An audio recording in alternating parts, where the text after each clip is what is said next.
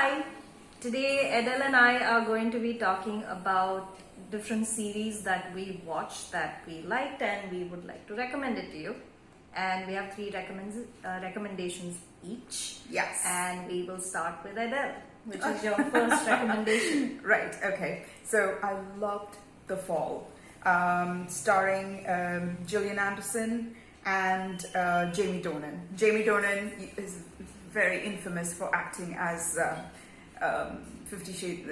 Christian Grey in 50 Shades of Grey series. We will not hold that against him because the brownie points he scored and earned by being the serial killer in The Fall can let him coast along and make a few career mistakes in his life. Seriously. We hope it'll end with Yes. Oh my God. This is not a spoiler at all when I said that Jamie Dornan is, because it's like an open secret. The Fall weaves the stories in and out of many perspectives. And the refreshing thing is that it weaves the story from the perspective of this bereavement counselor played by Jamie Dornan. It shows the perspective from this pansexual detective, Gillian Anderson. And then it shows the story from his children, the serial killer's children, his affair with an underage girl, her perspective. It's like it's a psychological overdrive, and it's such a fulfilling watch. It didn't, because the expectations in season 1 was so highly set, and it was met by season 2. Season 3 was, when you set yourself up in that trajectory and you know that the series has to end, it did feel like, but had they made him continue, like he escaped from, custody and then went on a killing rampage spree, it would have been very Hollywoodized. So I'm glad they did what they did, and it will stand the test of time. One of the most amazing serial killer series, The Fall. Please watch it. And it's available on Netflix, I think. So please watch it. It's amazing. Your recommendation. All right. So the first recommendation, again, I'm not going in any specific order. The first recommendation I'd like to make is What We Do in the Shadows. Yes! In India, it is on Hotstar. I don't know what streaming service is available on in your country, wherever you're from. It's created by Taika Waititi, the same person who made Jojo Rabbit. Again, that's a movie you should watch. And oh my God, what is that show? I like it because it's very random and it gives me insight into another person's creativity to create a series out of nothing. And it's about 4 vampires that have lived together, who live together in Staten Island. And I personally, my favorite character is Nandor, the relentless. I think it's because of his weird Middle Eastern accent. Because he's so evil. He's so horrible to his familiars. He's horrible. No. He's very, very... Oh my God, he's so manipulative, and I wouldn't want to have that kind of a person in my life. But to watch him on screen and play out that character, it's just so amazing. And it's just about their lives. And sometimes I'm wondering, where is this director making these stories? Like, how is he doing this? So it's very funny. If you enjoy humor that makes absolutely no sense, you can watch it. And it comes on the streaming service. It airs once a week. So watch it. Watch What We Do in the Shadows. I haven't watched the movie. You watched the movie, right? Yes, I have. So I think the series has been inspired by the movie. So What We Do in the Shadows, Taika Waititi and Jermaine Clement. So please watch it. It's I have no other word to describe it except that it is so random. And it's so exemplary. It is very good. Yes. It's very good. It's high quality randomness. Yeah. And you get to learn about energy vampires on that show as well. Yes. So, absolutely amazing. So, please watch it. That's my first recommendation. My second one is called Pose, by the legendary collaboration of Ryan Murphy and Brad Falchuk. There are a few more people, Janet Mox there as well. These are the brains behind American Horror Story. This is the brains behind Glee. Pose is about the underground ball culture. I mean, when Madonna's Vogue dancing video came up, everybody was like, you know, and we didn't really understand what was going on. But it's about the especially black, homeless, especially transgender community who would work mostly as commercial sex workers, would get underground in the seedy, airless little clubs, and they would make elaborate costumes. They would starve and then use that money to make these costumes and create these dreams. And for that moment, for whatever category that the judge calls out, the MC calls out, and there's a panel of judges, they would walk down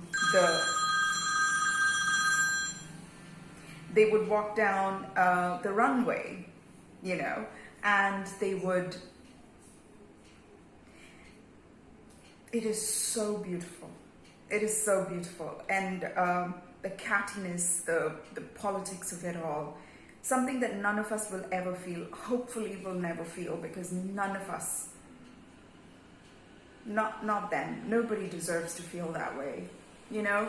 And in that catwalk, they started this trend of voguing, which means that the Vogue models would pose a particular way in their magazines, and that's how they would fight each other. They wouldn't even touch each other, and how they contort their body, and you know, and it is freshly it's the early 1980s, and there was this amazing documentary that I recommended that you watch. Paris is Burning. It's not available on Netflix. It's not available in Netflix anymore. I have no clue why.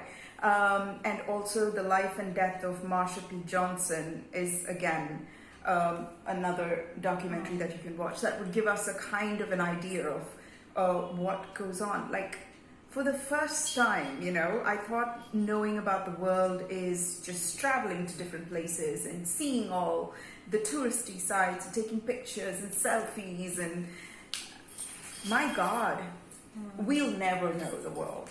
We'll never know the world. And because of brave people like Brad Falchuk and Ryan Murphy and the rest, a culture that I am so blind to, but I'm so grateful for, has been opened up to me. And Pose, this is called Pose. Season 2 is awaited on Netflix, but on Hotstar, both the seasons are available.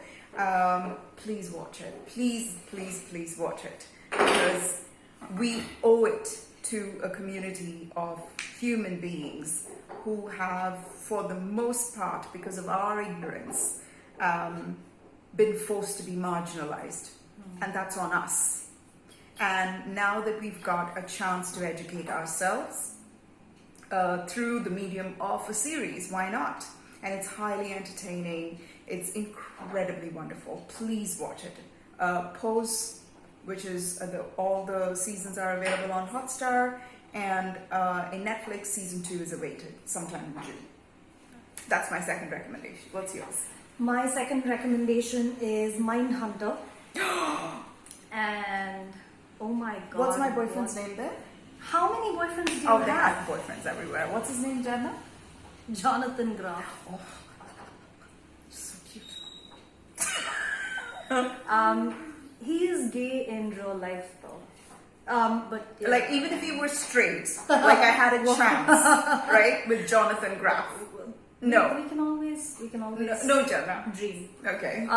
Anyway, so what a show. What a show. I hope they don't stop at the second season because there's no closure there.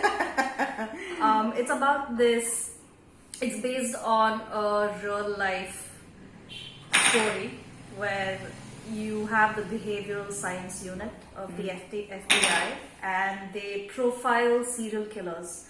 And it's based on a book written by John Douglas.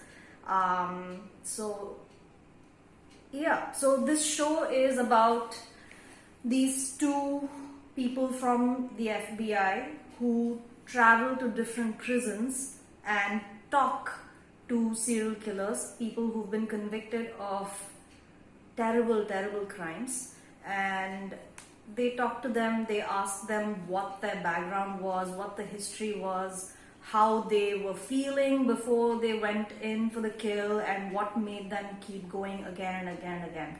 So it starts off with just two people in the unit and then it starts to expand, and I think now it's one of the biggest units in the FBI as well. So again, it's not a fast-paced series. You have 10 episodes each per season. It's a lot of dialogue, it's a lot of, and I think the background music, even though it doesn't seem like it's there, that makes all the difference. Yes. And also the filters that they've probably used on the camera to give a certain eerie look to the entire series, that's made all the difference. And of course, Jonathan Groff is so gorgeous. So I'm planning on reading the book after this though. Oh God. Why? Why? Please. And I think that's the reason why I like Frozen as well, because he's Kristoff.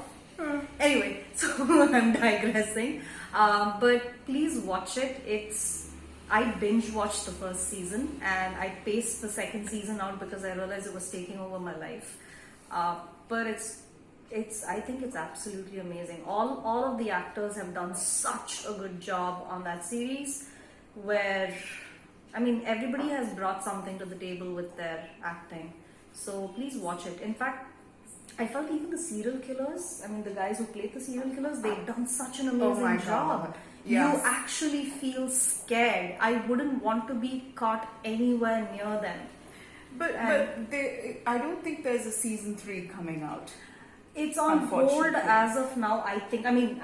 I read that they've all been released from their contracts, but they're not opposed to the idea of making another season. Yeah. So I hope they do, but probably end it with the third if they made another season. Yeah. So please watch Mindhunter. It's available on Netflix, and oh my God, it just blows my mind. Right. What about your last recommendation? My last recommendation is going to be like a tie between Somebody Feed Phil and Queer Eye. Yeah. So Somebody Feed Phil is this gentleman called Phil Rosenthal, and he travels all over the world and he eats. Personally, I don't understand foodies and chefs. I don't get it because it's food. You eat it 3 times a day. Calm down. That's how I see it. But Somebody Feed Phil is the first time I understood that food can be a bridge to friendship, to relationships. It's not about the food, it's not about the ingredients, it's not about the ambiance of the place, because Phil can eat from a food cart and from a roadside eatery to like a fine dining restaurant, a Michelin star place. It doesn't matter. He's the quintessential true foodie, He's not like he's and it's such a feel good series. It's got 3 seasons. The 3rd season's just come out. Please watch it. And he's such a nice man. He's such a delightful man. I don't normally watch food eating shows, but my friend Lydia recommended to me, and she gave me a review which is exactly what I'm telling you. Her words, not paraphrased, but exactly this is what she told me. And I thought, oh, I'm going to come up with something original when I watch it. No, it is just a very good-hearted, nice man who makes no fun of people, who's not the caricature of Americans that the rest of us, What have. we're exposed to. Yeah, the prejudice of Americans. He loves people and he talks to everybody, and he uses food as a way to connect with another human being. That I understand about food. And it's beautiful. Somebody Feed Phil. 3 seasons are out on Netflix. The second one is Queer Eye, the Fab Five. Needless to say, it is all heart, all heart. If you feel down and out, just watch Queer Eye. It just makes you feel so good. So good. One particular episode from season 4, I think, the one where they did it in Japan, where this one particular man and this woman, they've been married for 5 years, and he starts to see his wife as a sister because they're kind of caught in this familiarity, Groundhog Day, and they're doing the same things over and over again, and his need and his cultural barriers to be seen. He wants to be the man, but he wants to soften himself up to see his wife. And you see these, like when your own culture goes against what you actually want to do, right? It was so, because I could relate to that so much, simply because I felt that my Indian culture and my heritage as a woman is a barrier I have to overcome many times, because my desire is for something that is on the other side of the barriers that is naturally there. And I felt greatly connected with that particular character. This is Queer Eye in Japan, that particular series. And how compassionately these guys come in. And I always thought compassion has to look like Mahatma Gandhi, or like Mother Teresa. The faces that we see who've been compassionate. Compassion can be so and happy, and it's so attractive. So Queer Eye is my Queer Eye, and Somebody Feed Phil are my feel-good recommendations. Since you mentioned Queer Eye now, I just thought of another show that I want to recommend along with the last one. So my first recommendation, the third recommendation again is going to be a tie. The first one is Schitt's Creek. It is. They're so good. It's a limited series. You have only 6 seasons, and everybody is so amazing on that show. I've known Eugene Levy from the American Pie days. I think those movies were made 15, 20 years ago. Oh yeah, if not longer. Yeah. So I have to say, for his age, he looks really fit. Yeah. And I think he's gorgeous. Hairy and gorgeous. And his son Daniel Levy, the guy who plays David on the show, so they're the creators of the show. It's about a wealthy family that has been swindled by their business manager, and they've basically lost everything. And they come to a town that they own, which is called Schitt's Creek. SCHITT. Of course, it's a play on the word. And how they maneuver their daily lives in that town. They're slumming it in Schitt's Creek. And how they start off as really entitled, narcissistic bunch of people, and how they sort of mellow out towards the end. Of course, it's not like a complete mellowed out version, but they start to adjust to a life that they didn't think that they would ever live. So you can still see them dressed in their fancy clothes in a town that's small. And the lady Catherine O'Hara, who plays Moira Rose, I just think she's My God. She's so stressed out, no? She's always stressed out, and also she's trying to have her way no matter what, and how everybody sort of just accommodates themselves around her. And I think Annie Murphy, who plays Alexis, she has done such a fantastic role. I mean, she's done such a fantastic job of playing that particular character. I think all of them did a really good job with their acting, and I think this almost feels like an actual family show because Eugene Levy and Daniel Levy are father and son. The girl who plays Twyla is his daughter in real life, and one of his brothers is also a producer on the show. So I think the family just decided, let's get together and make a series. So please watch Schitt's Creek. Very entertaining. You wouldn't think that you could find humor because they say a lot of things with such deadpan expressions, and that's the reason why I'm rolling over with laughter. So watch this. And the second one is the show by Marie Kondo. What was the name of the show? Tidying Up? Tidying Up With Marie Kondo. So this is also a limited series. I don't know if it's limited. I mean, I hope they make another season on Netflix. And it's about tidying up your house. Sorry, I just had this one thought. Imagine for people who hadn't decluttered, the quarantine would have been like a great source of, like time for decluttering. Yeah. Imagine the people that had decluttered before and then the quarantine struck. And there's literally nothing to declutter because Marie Kondo had come and decluttered their life. So this show had a very, very deep impact on me. I think when I started watching it, I think I must have cried through the entire series, even though it doesn't really seem like something that you'd look at and cry. But it was the decluttering of the house was just the first surface layer.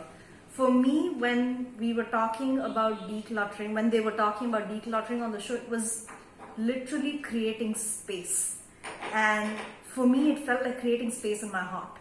And for me, it had such a strong impact because I thought, okay, if I'm able to clear my house out, then there's so much other stuff that I can let go of, which is why I was so emotional, and I couldn't understand why until the end of the season. And I kept thinking something is wrong with me because this doesn't make sense. But it's a wonderful show to watch. It gives you a lot of insight into who you are, who you want to be, and what practical steps you can take, of course, to declutter your house, and how when you don't have to keep decluttering on the outside, you're basically left with no choice except to go inside and start letting go of stuff that you don't need to hold on to anymore. So please watch Tidying Up with Marie Kondo, and she's so cute. She's like a button. Yes. She's so cute. Very cute. Nice lady. So yeah, so these were our recommendations. If there's anything else that you'd like us to watch, please let us know, and we'll see you next week. Bye bye.